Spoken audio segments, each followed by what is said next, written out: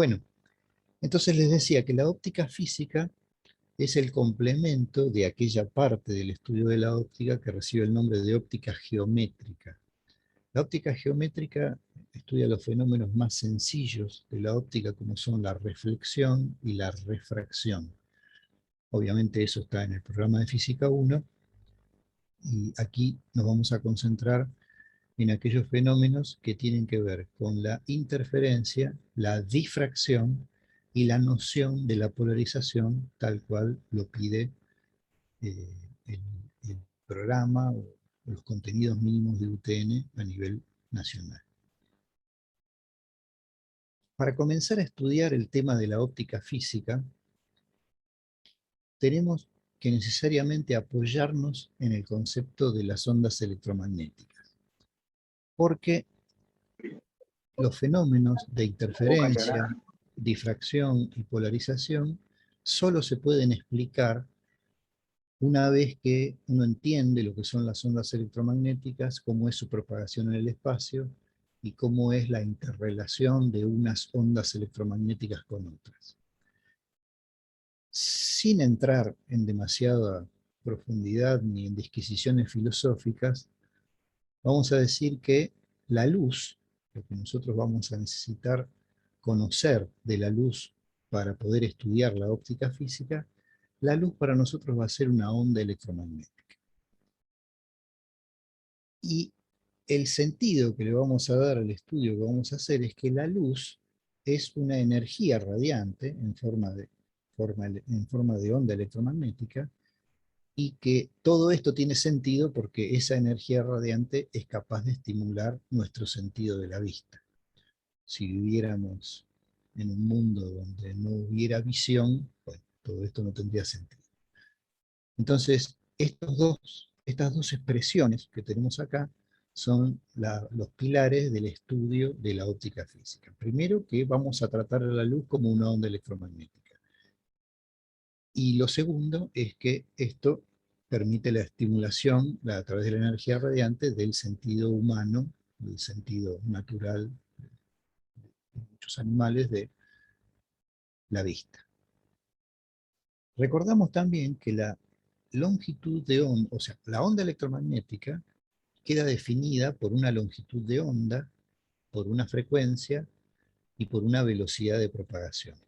Son tres elementos fundamentales de una onda, así como la podemos imaginar, una onda en el mar, una ola en el mar que se propaga, tiene una cierta longitud, tiene una cierta frecuencia con que nos golpea cuando estamos en la playa y tiene una cierta velocidad de propagación.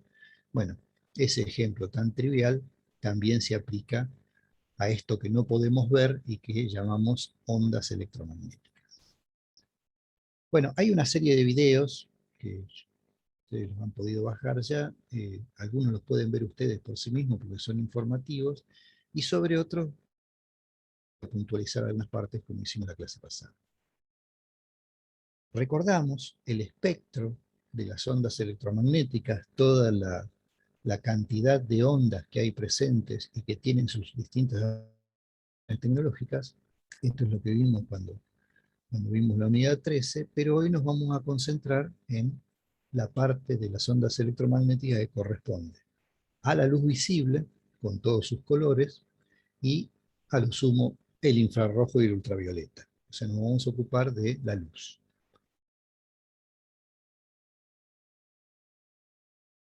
Para definir las propiedades de la luz, y cuando digo las propiedades de la luz, bueno, hay dos propiedades que son elementales: la intensidad que tenga la luz, que de eso mucho no nos vamos a ocupar, es un tema más que pertenece a la luminotecnia, una parte que se ve cuando se estudian las instalaciones industriales, cuánta iluminación tengo que tener en mi escritorio para laburar cómodo. Bueno, la intensidad de la luz no nos va a interesar tanto hoy.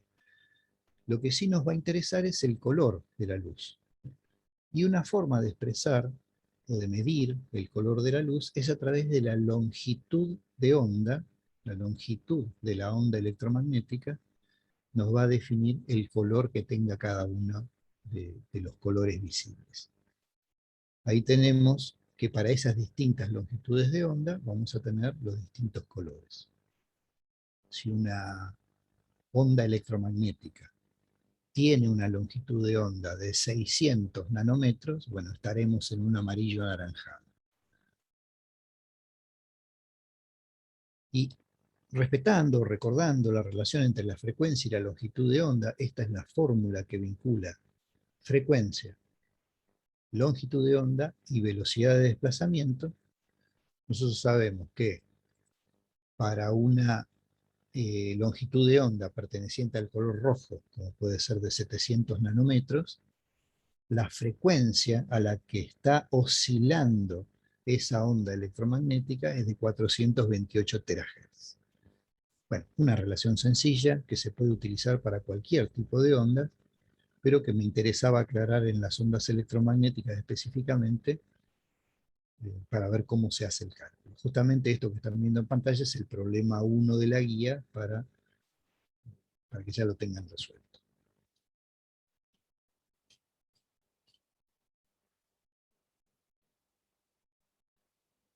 La luz es una onda electromagnética y se propaga en el espacio como se propagan las ondas electromagnéticas, por una permutación energética constante entre el campo eléctrico y el campo magnético. Donde un campo eléctrico está creciendo, al lado hay un campo magnético que crece. Cuando este campo eléctrico se extingue, vuelve a aparecer otro campo eléctrico unos milímetros más adelante o unos nanómetros más adelante.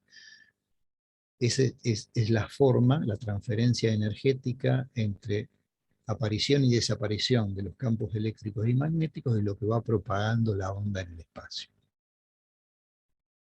Sin embargo, como esto que acabo de decir es medio complicado de imaginar y sobre todo era muy complicado de imaginar para aquellos que empezaron a estudiar estos fenómenos en el siglo XIX, Huygens, un científico, imaginó cómo era la propagación de las ondas electromagnéticas específicas de la luz a través de lo que se conoce como su principio, el principio de Huygens. La señal luminosa, la onda electromagnética que es la señal luminosa, se propaga a lo largo del espacio y en un determinado momento alcanza un determinado lugar, como este que tenemos marcado acá con las posiciones A, B y C.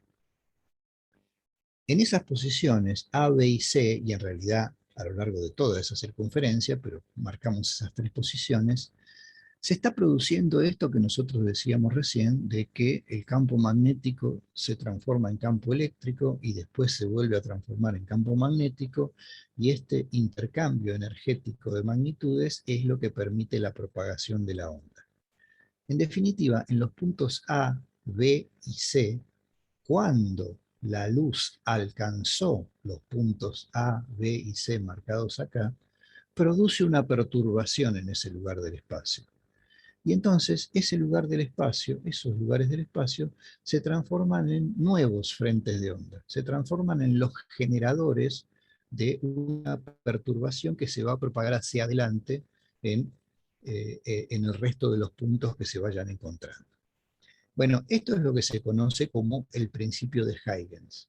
Y esas ondas secundarias que vemos ahí, generadas por la perturbación en cada uno de los puntos anteriores, se transforman en definitiva en un nuevo frente de onda en donde se va a volver a producir lo mismo. Bueno, como les decía, esto es el principio de Huygens y sirve para explicar todos los fenómenos que corresponden a la óptica, ya sea para la óptica física o para la óptica geométrica. Las ondas, podríamos decir de una manera no muy académica, pero creo que va a ser muy visual lo que voy a decir, es como que chocan entre sí y pueden sumar su efecto o matarse entre sí. Si nosotros tenemos una onda electromagnética 1 y una onda electromagnética 2 que pulsan en fase, que están las dos haciendo lo mismo en el mismo instante de tiempo, el resultado final va a ser la suma de esas dos ondas y voy a tener una onda de una magnitud superior. Pero en cambio, si las ondas están en oposición, vamos a ver que la excitación que produce una de ellas se anula exactamente con la excitación que produce la otra. Y en definitiva, no voy a tener nada. Como resultado, no voy a tener nada. Esto va a ser algo fundamental para poder estudiar el fenómeno de interferencia y de difracción que vamos a ver dentro de un rato.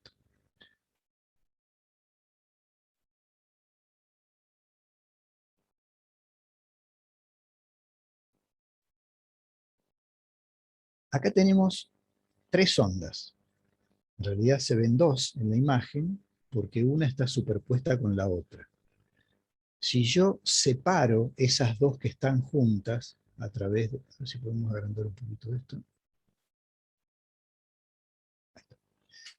Si yo separo las ondas que están superpuestas una encima de la otra, el resultado final comienza a achicarse. Y en el momento exacto en que las dos ondas están en oposición, cuando hay un desfasaje de 180 grados entre ellas, la señal resultante es nula, no existe señal resultante. Esto está visto desde un punto de vista matemático. Obviamente, si yo sumo este valor con este valor, me van a dar uno negativo, otro positivo, los dos iguales, el resultado es cero. O sea que desde el punto de vista matemático es fácil entender esto. Ahora, desde el punto de vista de óptica física, se puede complicar más la interpretación. Porque lo siguiente que tengo que decir es que yo puedo tener una onda de luz y otra onda de luz, y esas dos ondas de luces sumadas en determinadas circunstancias me van a dar oscuridad. Y esto es lo que puede parecer raro, porque si yo pongo un reflector y otro reflector al lado, en realidad lo que tengo es más luz. Bueno, pero por eso dije, cuando lo expliqué recién, bajo ciertas condiciones. Las condiciones tienen que ser muy bien determinadas para que se produzca esta cosa extraña que yo mencioné antes. Tengo un emisor de luz y otro emisor de luz, y bajo ciertas circunstancias la suma de esas dos emisiones me da un punto oscuro. A esta lógica de pensamiento que acabo de describir es a lo que se le llama interferencia luminosa. Y de eso es de lo primero que nos vamos a ocupar hoy.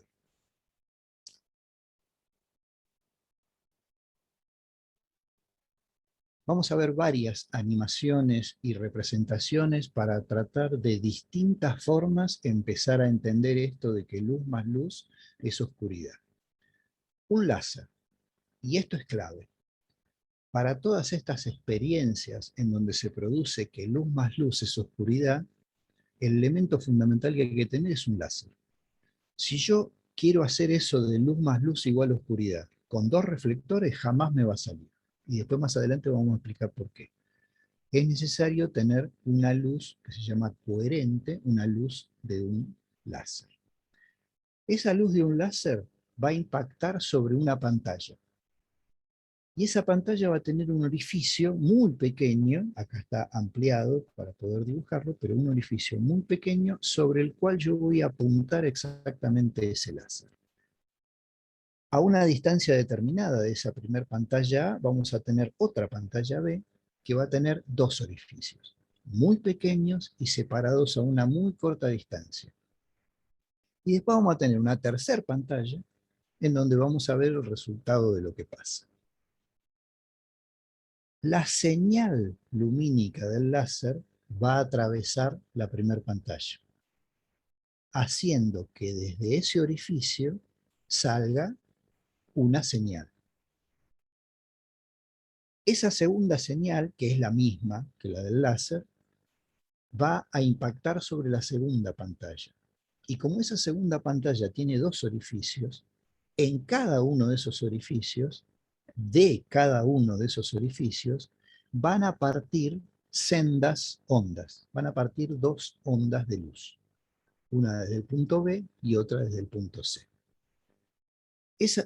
En realidad, esta imagen que está acá no es muy buena, pero quiero dar la idea primera. La idea primera es que de una única fuente de luz que nosotros hacemos pasar a través de una pantalla con dos orificios, estos dos orificios van a convertirse en dos nuevos emisores de luz y eso va a traer las consecuencias que vamos a ver ahora.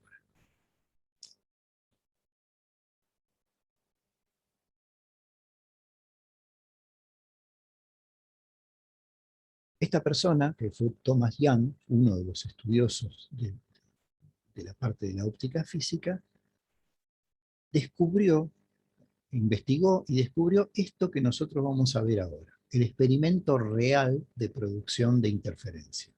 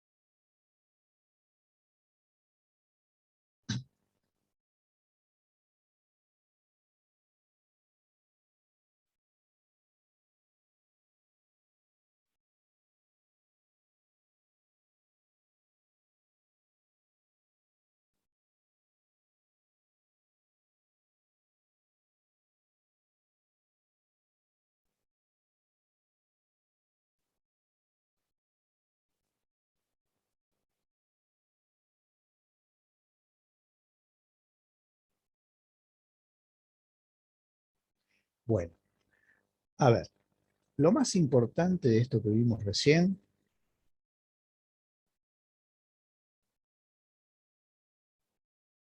de, bueno, primero, acá cuando hacen la experiencia, no tienen la primer pantalla que yo dije. Yo dije, había una pantalla con un orificio. Bueno, esa en esta experiencia real que se está mostrando en este momento en pantalla, esa pantalla no está. Los tipos con el láser, este es el láser montado, apunta directamente a una diapositiva de las antiguas, y en esta diapositiva están practicadas, están hechas dos ranuras. En un momento del video dice que esas dos ranuras son tan finitas y están tan cerca una de otra que tienen una separación entre ellas de unas pocas longitudes de onda. Creo que así lo dice el video. Lo que quiero decir es que estas experiencias se hacen con una precisión, hay que tener una precisión en el corte de las ranuras y en la medición del ancho de las ranuras bastante exacta. Entonces, para que tengan idea, la distancia entre las dos ranuras es muy pequeña y la abertura de las ranuras también es muy pequeña. No es difícil de hacer, ¿eh? O sea, uno agarra un cúter y se toma la molestia y lo puede hacer. Y si tiene un láser, puede repetir esta experiencia en sus casas, haciéndolo sobre una placa radiográfica, por ejemplo. Entonces, esa diapositiva que tenemos acá, esta diapositiva de las antiguas, que tiene el papel fotográfico acá en el medio, tiene dos cortes, que son las dos ranuras una al lado de la otra muy juntas, y a través de ella se apunta a esas dos ranuras la emisión del láser. Sobre esas dos ranuras se produce los dos puntos que vuelven a ser foco de emisión, y en definitiva esto proyecta sobre la última pantalla, sobre la pantalla final, una imagen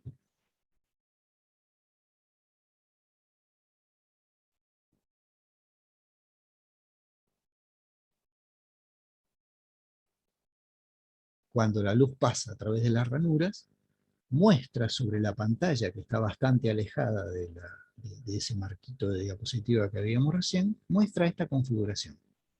Muestra puntos muy brillantes de luz y puntos oscuros. Esto puede estar más separado o más junto, dependiendo del color con que se haga, dependiendo de la distancia entre las pantallas y dependiendo de la separación entre los tajos que hayamos hecho con el cúter para conseguir esas ranuras.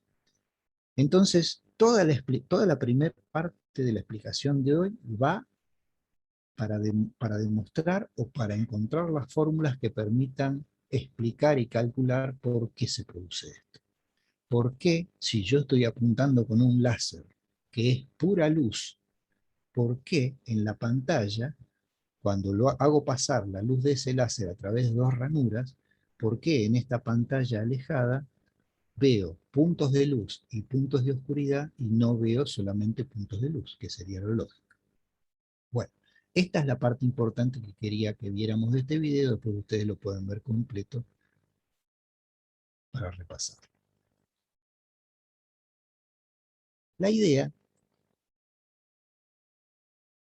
siempre tratando de buscar explicaciones que nos acerquen a la realidad, acá yo vuelvo a dibujar la primera pantalla, que en esa experiencia no estaba, la idea es que vamos a tener una separación entre estas dos ranuras muy pequeña, pero muy pequeña, y una distancia entre estas dos placas bastante larga, 2-3 metros. Los rayos, vamos a hablar de rayos de luz, que no es correcto, porque en realidad nosotros para explicar todo esto tenemos que hablar de la onda electromagnética que conforma la luz. Pero a los fines de que ustedes me entiendan, vamos a decir, bueno, los rayos de luz que salen del láser impactan sobre la diapositiva vieja, esa que tenía, que estaba enmarcada, y esos rayos de luz impactan sobre las dos ranuras practicadas ahí con el cúter. Y a partir de allí, estos dos puntos se transforman en nuevos centros emisores de luz, por lo que decíamos del principio de Huygens. Y a partir de allí emanan nuevos rayos de luces en distintas direcciones. Y esos rayos de luces recorren distintas trayectorias. Los rayos de luz que emanan de este orificio superior, si van a impactar acá, recorren esta distancia. Y si van a impactar acá, recorren una distancia mayor. Y con la de abajo, lo mismo. Si el rayo de luz que sale de acá va a impactar en este lugar, recorre esta distancia, y si va a impactar acá, recorre una distancia mayor. Y acá hay algo que hay que sacarse de la cabeza. La luz va en línea recta. Mentira, la luz no va en línea recta. La luz, cuando alcanza un determinado lugar en el espacio, provoca una perturbación en este lugar del espacio. Y esa perturbación genera una nueva luz, por decirlo de alguna manera, genera un nuevo movimiento de campo eléctrico y campo magnético que se propaga en todas las direcciones, y no solo en línea recta. Lo que pasa que a nivel cotidiano, si yo abro la ventana, la luz que se forma en el piso es una luz de forma de línea recta.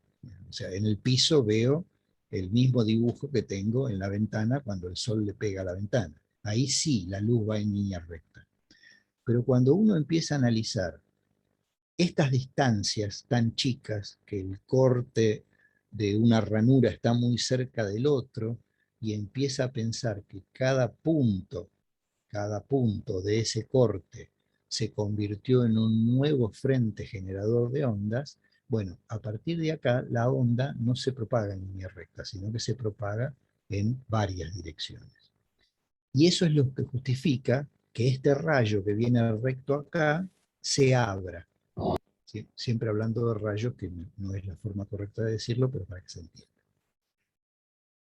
Entonces, lo segundo que vamos a ver es cómo es la conformación de esa generación de ondas en esos puntos especiales a través de esta animación de la doble rendija.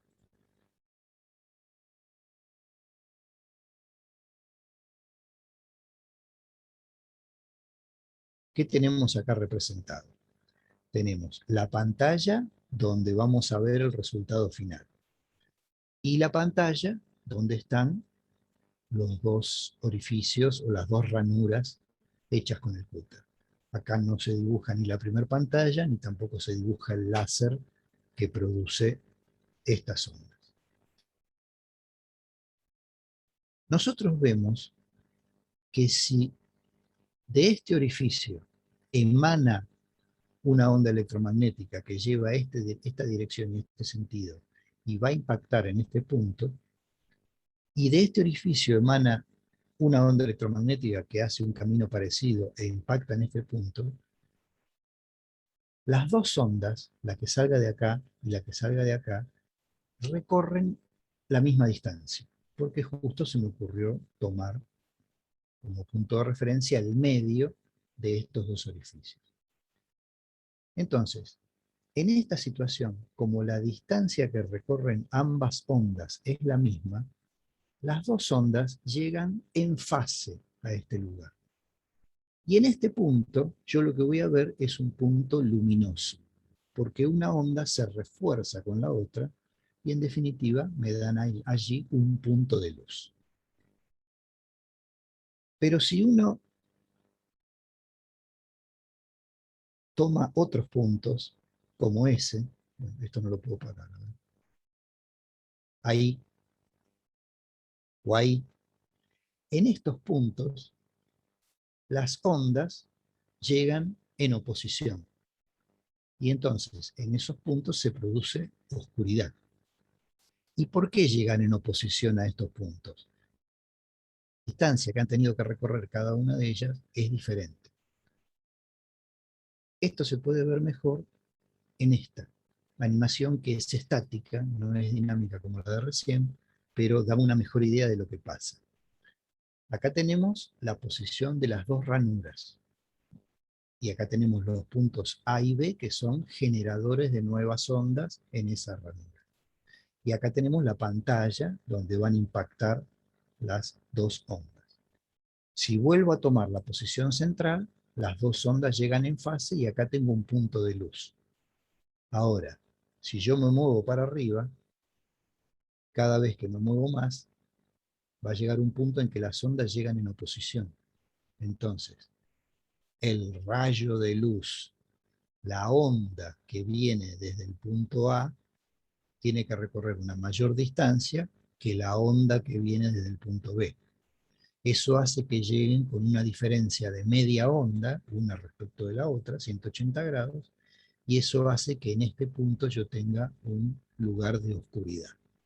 Acá, de esta forma, se está marcando punto oscuro, punto luminoso, punto oscuro, punto luminoso.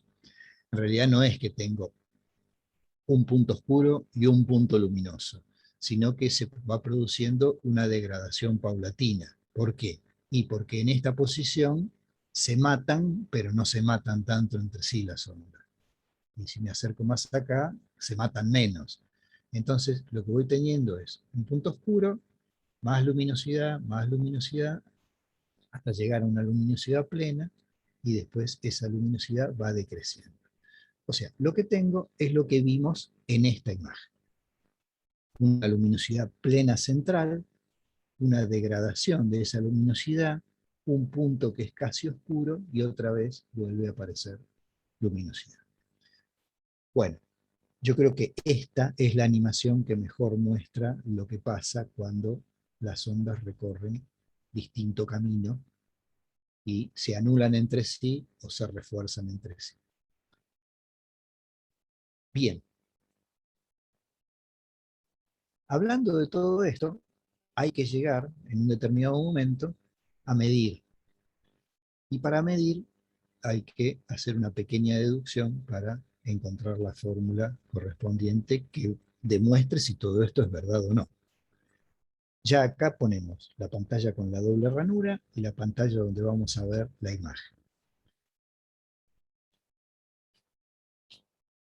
Definimos todas las magnitudes y nos va a interesar determinar desde la posición central a qué distancia Y, medida desde esta posición central hasta este punto, a qué distancia Y se produce un determinado efecto, o se produce luz o se produce oscuridad. Si pensamos en una onda particular, de un color particular, bueno, esa onda sale desde el orificio 1, recorre esta distancia y llega al punto P. Y otra onda sale del orificio 2, recorre una cierta distancia y vamos a suponer que llega al punto P en fase. Con lo cual, en este punto voy a tener un punto luminoso. Vamos a hacer algunas divisiones o algunas representaciones geométricas. Vamos a identificar algunas distancias. Por ejemplo, la trayectoria que recorre la onda 1 es una distancia R1. Y la que recorre la 2 es una distancia R2. Y acá en el medio defino una distancia R. Esta línea punteada es una distancia R general. Acá, en este punto en particular, las ondas llegaron en fase porque de casualidad, en esta distancia, entró una onda completa.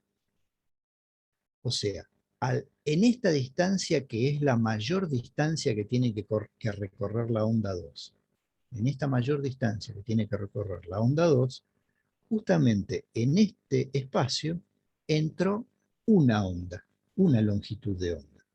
Entonces eso hace que desde aquí en adelante, desde aquí y desde aquí, la distancia que tienen que recorrer las dos señales, las dos ondas, es la misma. Y como salieron de este punto y de este punto en fase, llegan en fase a este lugar, y en este lugar voy a tener un punto luminoso, un punto que se llama constructivo. Acá podemos definir ángulos. Va a haber un ángulo θ allí. Acá hay un punto B donde interseca esta perpendicular con la distancia R2. Ese ángulo θ vuelve a estar acá, porque esta recta es perpendicular a esta, y esta recta es perpendicular a esta. Entonces el ángulo θ se replica en los dos lados, y entonces en ese lugar vamos a tener un punto constructivo, un punto donde va a haber luz. Vamos a hacer un análisis en base a las magnitudes que tenemos. Consideraciones. La distancia D entre las rendijas es muy chica. Decía el video, una distancia de unas pocas longitudes de onda. Una distancia extremadamente chica. Y la pantalla donde veo el efecto, está a 2, 3, 4 metros de distancia. Entonces puedo considerar esto. Haciendo esta consideración, yo veo claramente, primero, antes de hacer la consideración, veo claramente que R1 y R2 no son paralelos. Lo estoy viendo en este dibujo. Pero haciendo esta consideración, esta pantalla se va a correr 4 metros para la izquierda, y entonces R1 y R2 prácticamente van a ser paralelos. Van a ser rayos que van a correr prácticamente paralelos. Esta es la primera consideración que vamos a hacer. La segunda es que esta distancia está dibujada de tal manera que O1P es igual a BP. Esto lo dije rápidamente antes. A partir de acá y a partir de acá, las dos ondas recorren el mismo camino. O1P y BP son rectas o son segmentos que tienen la misma longitud. Y además, como estos dos rayos los considero paralelos, vamos a decir que O1B es perpendicular a R1 y R2.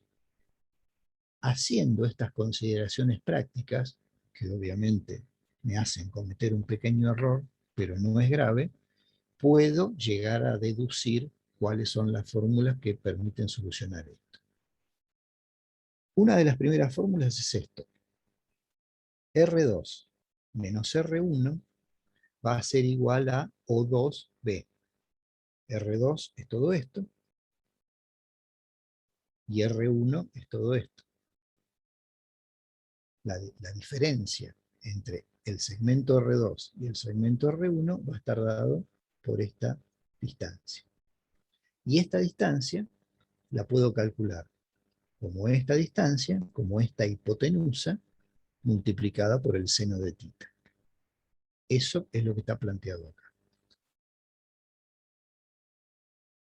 Si en esa distancia, y acá está la clave, si en esta distancia, d por el seno de θ, llega a entrar justo una onda, dos ondas, tres ondas, cuatro ondas, n ondas, las dos señales van a llegar a este punto siempre en fase.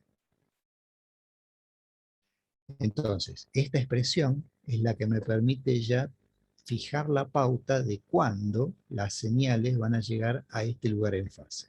Cuando en este espacio entre una cantidad de ondas enteras, o ninguna, o una, o dos, o tres, o cuatro, pero enteras. Entonces, por eso, la ecuación que modeliza el comportamiento de un P constructivo, de un punto de luz, va a ser en principio esta. Sin embargo, cuando se hace la experiencia no se usa esta ecuación, sino que se la acomoda un poco para hacer las mediciones más fáciles. Cuando θ es muy pequeño, el seno de θ y la tangente de θ son prácticamente iguales. Si no me creen, prueben con la calculadora.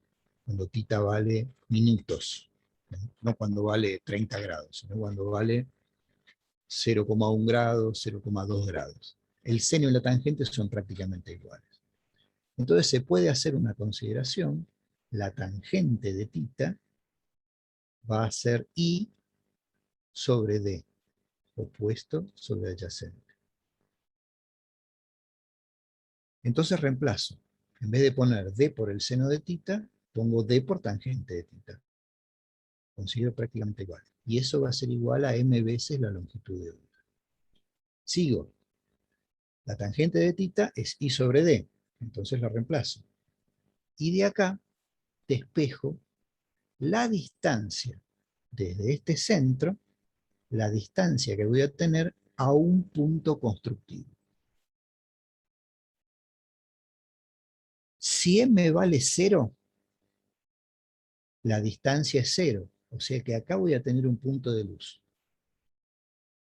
Si m vale 1, voy a tener el primer máximo. Voy a tener por acá una distancia y donde voy a tener un punto de luz.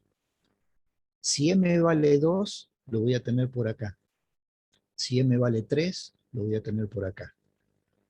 Y así sucesivamente voy a poder ir calculando las distancias en las cuales se producen los puntos constructivos, los puntos máximos, los puntos donde veo la parte más brillante de esto que nos mostraba esta película. Si m vale 0, estoy acá. Y la luminosidad es máxima. Si m vale 1, la distancia I va a ir desde acá hasta acá. Y voy a tener la siguiente luminosidad máxima. Si m vale 2, el valor de I que voy a calcular va a ir desde acá hasta acá. Y voy a tener la segunda luminosidad máxima. Y así sucesivamente. Bueno, esta es la fórmula que permite determinar la posición de los distintos I constructivos. Acá tienen una explicación más o menos de lo que fui diciendo con estos globos. Y acá tienen la deducción de los puntos destructivos. Esto lo voy a dejar para que lo vean ustedes, pero voy a hacer una aclaración nomás. Los puntos destructivos, en los puntos destructivos, yo lo que voy a necesitar es que las ondas lleguen desfasadas a 180 grados, que es lo que estamos viendo en pantalla en este momento. Para que las ondas lleguen desfasadas a 180 grados, esta distancia que hay acá ya no tiene que tener una onda como la anterior, o dos, o tres, o cinco, sino que tiene que tener media onda. Si yo logro que a este ángulo, en este lugar, me quede media onda, y como la distancia esta es igual a la distancia esta, bueno, seguramente acá van a llegar desfasadas 180 grados y se va a producir un punto oscuro. El razonamiento va más o menos por el mismo lado, se produce un punto destructivo, un punto negro, un punto oscuro, las consideraciones son las mismas, pero la fórmula es esta. La fórmula que lanza toda la discusión es esta. ¿Por qué m más un medio? Porque yo necesito media onda de diferencia. porque si no pongo ese 1 medio acá, voy a tener la misma fórmula que antes. Y entonces lo que voy a tener es un punto de luz. Entonces, de prepo hay que poner este más 1 medio para asegurarme que cuando m valga 0, yo tenga un desfasaje de media onda. Cuando m valga 1, yo tengo un desfasaje de 1,5 ondas. Cuando m valga 2, 2,5. Y siempre de esta forma yo me aseguro que voy a llegar a un punto destructivo, porque las ondas van a llegar en oposición. El resto es más o menos igual, se sigue haciendo las mismas consideraciones y se llega a esta fórmula que es igual que la anterior, nada más que con el m más 1.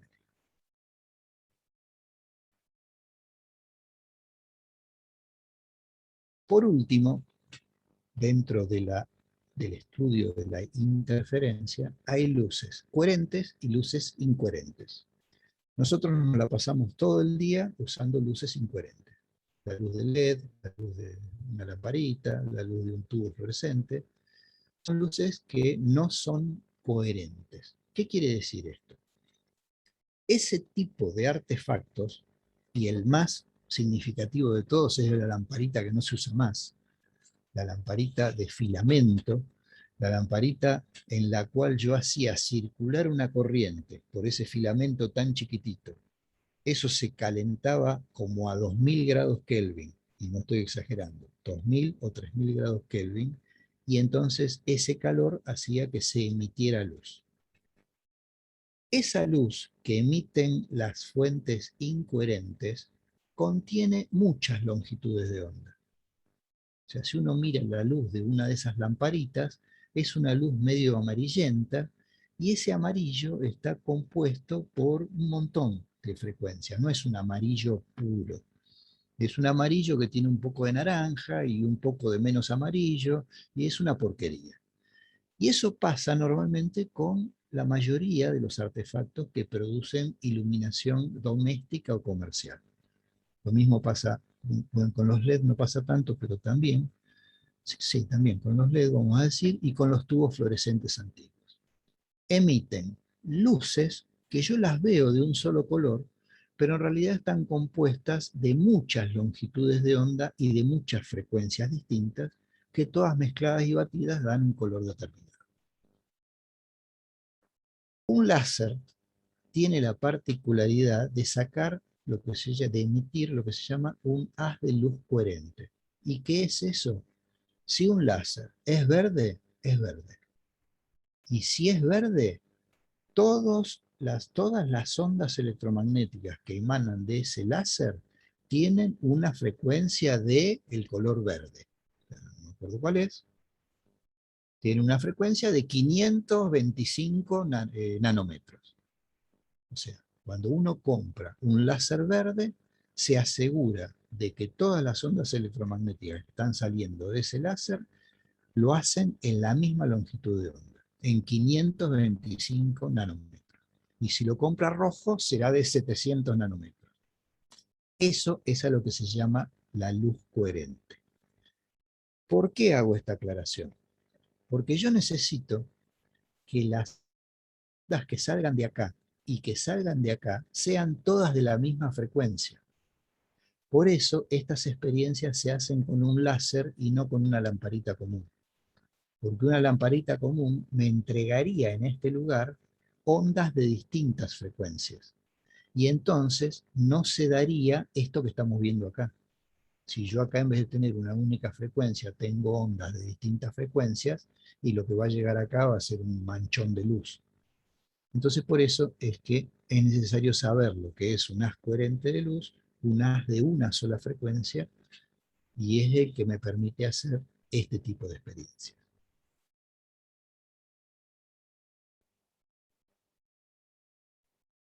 La siguiente experiencia o el siguiente fenómeno físico que está asociado a la óptica física, además de la interferencia, es la difracción. Lo que les decía antes, si uno agarra una cartulina, la corta, le hace un agujero acá y le pone una lámpara acá, no un láser, sino una lámpara, y lo que va a ver va a ser esta sombra. Ahora resulta que si el recorte que yo hago acá es muy finito, pero muy finito, es un tajito nomás hecho con un cúter, lo que se ve sobre la pantalla no es una sombra definida como esta, sino que son franjas de interferencia. Franjas de interferencia similares a las que vimos recién. Pero el fenómeno tiene un nombre distinto. Se llama difracción porque tengo una sola ranura. O sea, el fenómeno se produce con una sola ranura y no con dos, como lo veíamos recién en el estudio de la interferencia. Este video es muy malo, tiene muy mala calidad, pero nos va a servir para entender por qué la luz se curva pasando por un solo agujero. Bueno, vamos a sacarle el audio, porque es... ¿Qué es lo que muestra este video? Un tanque de agua. Acá, un tanque de agua, acá lo están mostrando desde arriba, un motorcito acá, que lo que hace es meter una palita o una figura rectangular, un acrílico, lo mete y lo saca dentro del agua con una frecuencia determinada. Entonces, lo que se ven, lo que se genera en el agua son ondas, como si uno tirara una piedra en el lago Faniano. Y acá lo que han puesto es una barrera. Entonces, las ondas que genera este dispositivo que sube y baja, sobre esta barrera rebotan y vuelven para atrás. Y sobre esta barrera pasan. Pero en el pasaje de este lugar a este lugar, no hay una línea definida acá en donde digo, ah, no, de acá para abajo no hay ninguna onda y de acá para arriba están todas las ondas. No, las ondas medio como que se van moviendo para este lado también y van ocupando el lugar donde no deberían estar. Bueno, eso se ve más o menos acá. Acá está la barrera.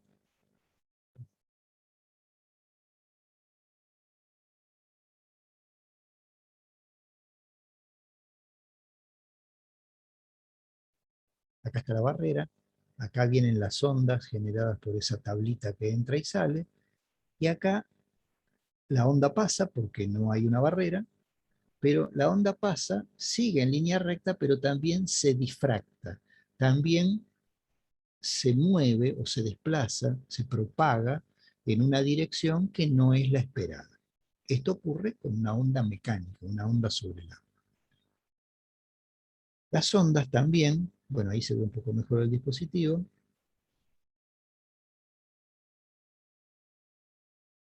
Cuando se ponen dos barreras y se le manda la vibración de las ondas de agua, solamente por este agujerito en el medio pasa la vibración mecánica y la vibración mecánica tiende a abrirse.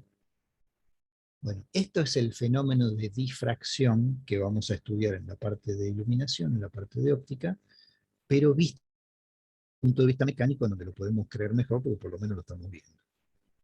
Entonces, hay una cierta apertura de la propagación de la onda, que acá se ve bien claro, y esto, vamos a decir, es como si la luz pudiera doblar.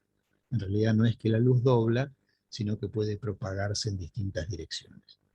Y acá se un agujero mucho más chiquito y se ve el efecto de que las ondas mecánicas se abren mucho más aún.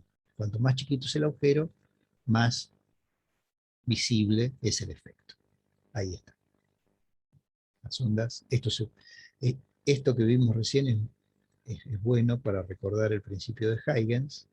Este punto se convirtió en un nuevo centro propagador de ondas. Y por eso las ondas no siguen derecha, sino que esto empieza a oscilar arriba y abajo, el agua que está acá, y ese centro de oscilación empieza a emitir ondas en todas las direcciones y sentidos hacia adelante.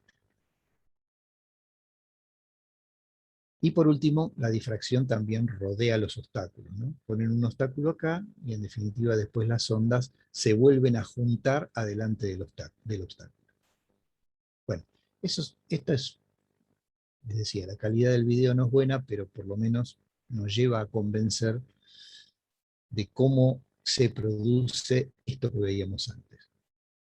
Como cuando la ranura es muy pequeña, la luz tiende a curvarse, entre comillas, y a producir un mismo fenómeno o un fenómeno parecido al de la interferencia. Pero recibe el nombre de difracción porque es con una sola ranura. En el estudio de la difracción hay dos tipos de difracción. La difracción de Fresnel, en donde se considera que esta pantalla donde voy a ver el efecto está cerca de la pantalla primera, y la difracción de Fraunhofer, en donde la pantalla esta está muy lejos o bastante más lejos de la pantalla primera. En este caso los rayos se consideran paralelos. Esto es lo que planteó este tipo Fraunhofer y a partir de eso es que vamos a hacer el estudio. Considerar los rayos paralelos y que todos emanan de esta ranura muy pequeña y van a impactar en algún lugar de la pantalla. ¿Cómo es que se analiza la difracción de Fraunhofer? Ahí está la ranura, obviamente agrandada un montón para poder hacer la explicación, pero esa ranura tiene un poquito de ancho. Y a esa ranura va a llegar la luz del láser. Y voy a suponer, porque me conviene y porque es lo más que puedo dibujar en esta diapositiva, voy a suponer que mi láser hizo que en esta ranura haya 12 ondas. 12. En realidad va a haber millones de ondas. Cada puntito, uno al lado del otro en esa ranura, va a ser un centro emisor de onda. Pero bueno, yo no puedo hacer eso, simplemente dibujo 12 ondas. Esas 12 ondas, cuando llegan a puntos intermedios de la ranura, se convierten en nuevos centros emisores de onda y sacan ondas hacia adelante. Y como estamos analizando el tipo de difracción en donde consideramos que todas las ondas son paralelas, todos los rayos, todas las ondas son paralelas, tendríamos más o menos una imagen como esta. En realidad, no con 12 ondas, sino con millones de ondas, en medio de una ranurita que tiene 4 nanómetros. A un determinado ángulo, como este que está marcado acá, yo puedo pensar que la primera onda, divido geométricamente la ranura en dos, puedo pensar que la primera onda que salió de ahí se mata con la séptima, porque justo entre ellas, a ese ángulo, hay media onda de diferencia. Y puedo pensar que la segunda se mata con la octava, y la tercera con la novena, y la cuarta, y así. Entonces, lo que voy a obtener en la pantalla, que está alejada de esto que estamos dibujando acá, va a ser un punto de interferencia, porque cada onda, de la 1, la 2, la 3, se mató con la 7, la 8, la 9 y la 10. Esto se va a dar a un determinado ángulo. Si yo cambio un poquito este ángulo, ya no se matan y voy a tener un punto de iluminación. Y si aumento un poquito más el ángulo, se vuelven a matar entre sí y entonces vuelvo a tener un punto de interferencia. Bueno, esta es la explicación que dio Fraunhofer de el fenómeno de la difracción, de por qué con una sola rendija iluminada con una luz coherente provoca en una pantalla alejada las franjas de iluminación y de interferencia correspondientes. Bueno, acá tienen la explicación detallada. Y por último, el análisis para determinar la ecuación, que es el mismo que antes. O sea, las consideraciones que se hacen son las mismas y la fórmula a la que se llega es prácticamente la misma. Así que esto también lo dejo para que lo vean ustedes.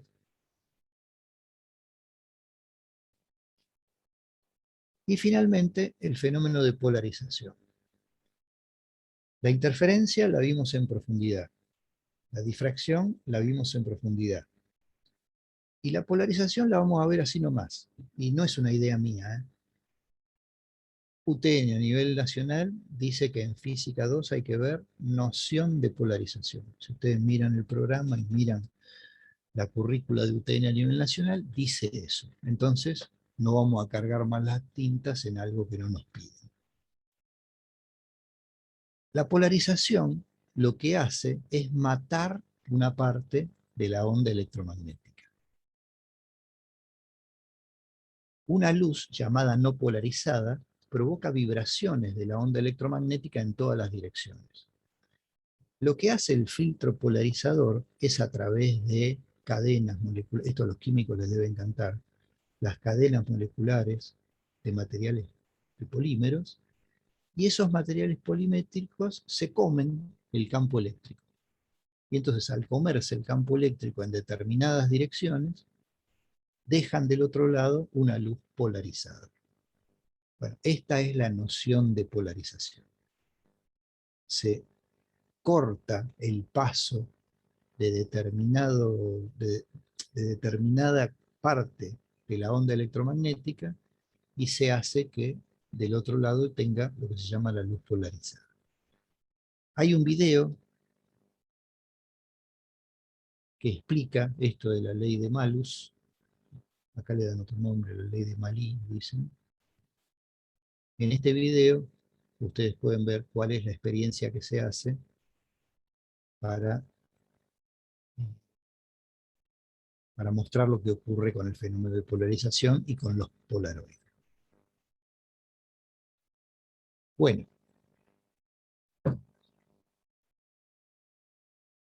¿hay alguna duda? ¿Alguna pregunta? Bien.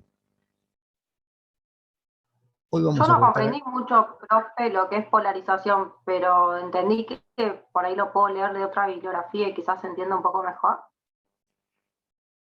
El tema es este.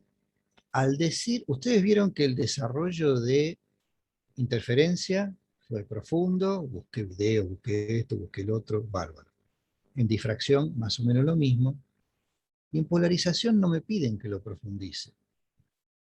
Y después de ver 17 unidades, si yo me pongo a profundizar en polarización y les meto 10 diapositivas más para explicarlo profundamente, es cargar la tinta sobre algo que no me piden que lo haga. Entonces por eso me paré acá. Si el temor es, pero usted nos va a tomar problemas de polarización, no, ni lo sueño.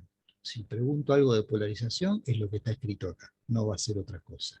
Ahora, si alguien quiere investigar algo más de polarización y me quiere consultar, bueno, lo aclaramos, no hay problema.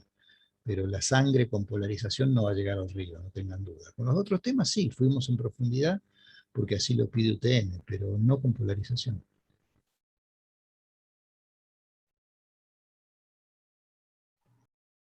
Bueno, ¿alguna otra duda? ¿Alguna otra pregunta? No, profe. Bueno, excelente. El lunes vamos a hacer los problemas de esta unidad y vamos a hablar. A ver, vamos a poner algo en pantalla ya que tenemos tiempo. El lunes hacemos los problemas, 25 de octubre. Acá lo va a tomar Aníbal. Me dijo que van a ser 4 clases, así que probablemente nos queden 2 clases de consulta. Pero a mí ya el lunes me gustaría empezar a hablar del parcial, tener un tiempito ahí como para hablar del parcial en cuanto a todo lo que han visto conmigo en el segundo cuatrimestre. Y no me olvido de esto me acuerdo que me comprometí a hacerlo, así que podemos llegar a empezar a hablar de esto para que ustedes tengan tiempo de preparar lo que sea necesario para este segundo parcial. Buenísimo, Bueno, profe. nos estamos viendo el lunes, que tengan un buen fin de semana, buenas noches. Gracias, profe. Hasta luego. Chao, chao.